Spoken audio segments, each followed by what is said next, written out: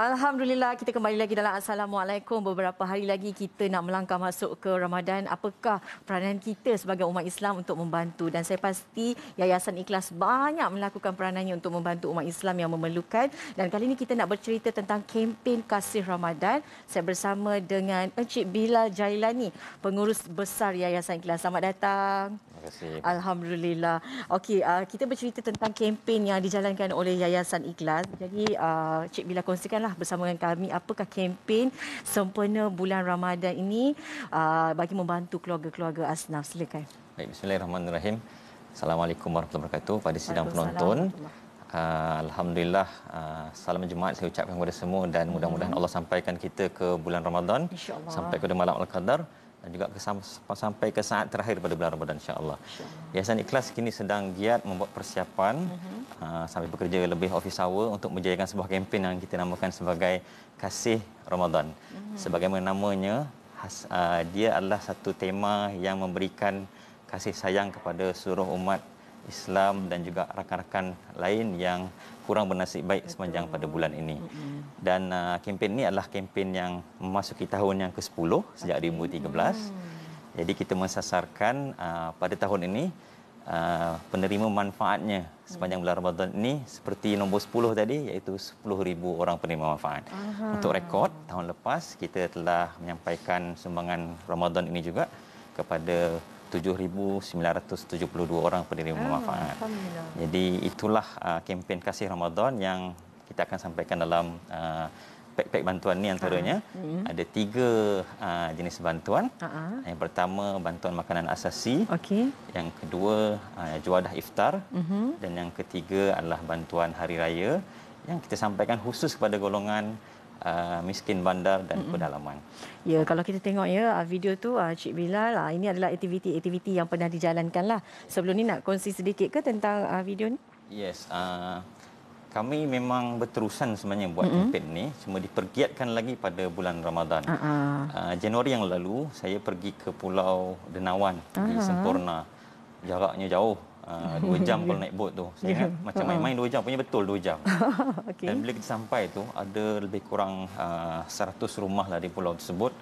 Dan saya macam tak percaya rumahnya macam tu. Rupanya pun di negara kita ni, tanah air kita ni, masih ada yang rumahnya beratapkan rumbia, dindingnya masih zinc. Mereka punya pendapatan bulanan sebagai nelayan RM300 satu bulan. Dan mereka makan nasi belokan garam secara berterusan. Masya-Allah.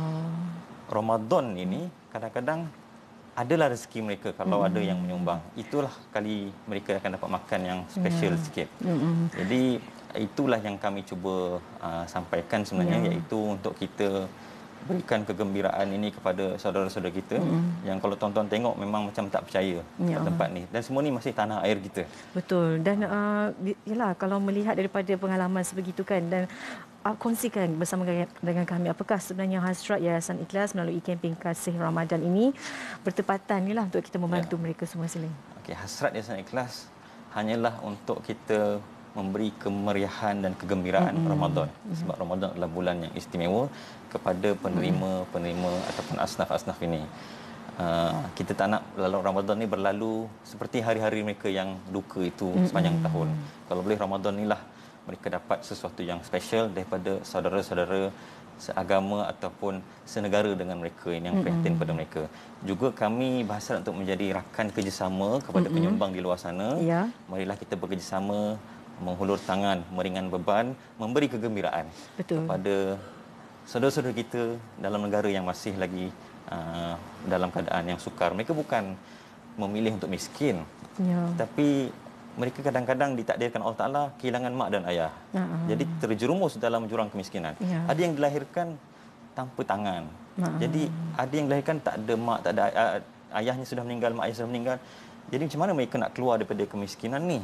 Mereka memerlukan sedikit modal daripada kita untuk mereka meronjak keluar dan kemudian mereka boleh berdikari. Kalau kita tak ambil tindakan, mereka akan terus terperuk masuk dalam lagi, dan mereka tak dapat pendidikan, kemudian akan makin lama makin ke bawah, dan ketika itu mungkin tak dapat diselamatkan lagi. Ya, betul Cik Bilal. Kalau Cik Bilal cakap tadi kan, mereka bukan dilahirkan untuk menjadi miskin, itu ujian untuk mereka. sama ada mereka bersyukur ataupun mereka bersabar ataupun mereka akan jadi marah, mengundang kemarahan. Tetapi ujian juga untuk kita yang berkemampuan ini, adakah kita membantu atau kita melihat sahaja keluarga-keluarga asnaf ini yang memerlukan bantuan. Jadi Cik Bilal, sebagai kita lah orang yang berkemampuan ini yang menyaksikan Assalamualaikum pada ketika ini, melihat nasib keluarga asnaf sebegini menerusi Yayasan Ikhlas, apakah yang boleh kami bantu untuk bersama-sama dalam kempen Ramadan ini?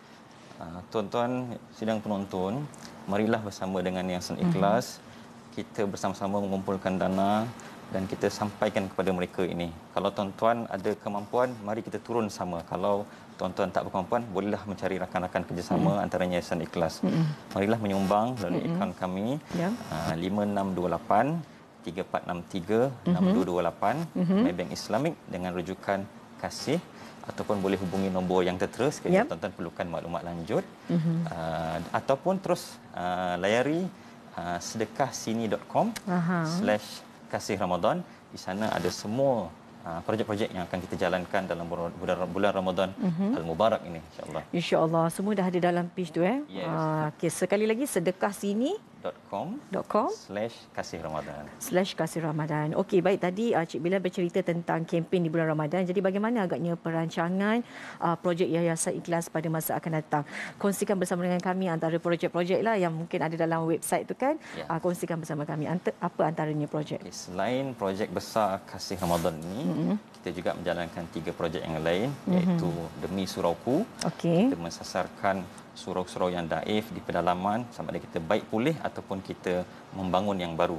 Sebab sebenarnya kalau tuan-tuan pergi ke pedalaman, surau-surau mereka ni kalau masuk ramai sikit boleh roboh sebenarnya. Allah. Okay. Yang selain daripada tersebut, selain daripada kempen Demi Surauku, ada juga kempen Sekolah Agama Rakyat yang juga dijalankan pada bulan Ramadan untuk kita membina sekolah-sekolah di pedalaman, memberikan akses yang sama rata kepada penduduk pedalaman agar dapat belajar macam anak-anak kita.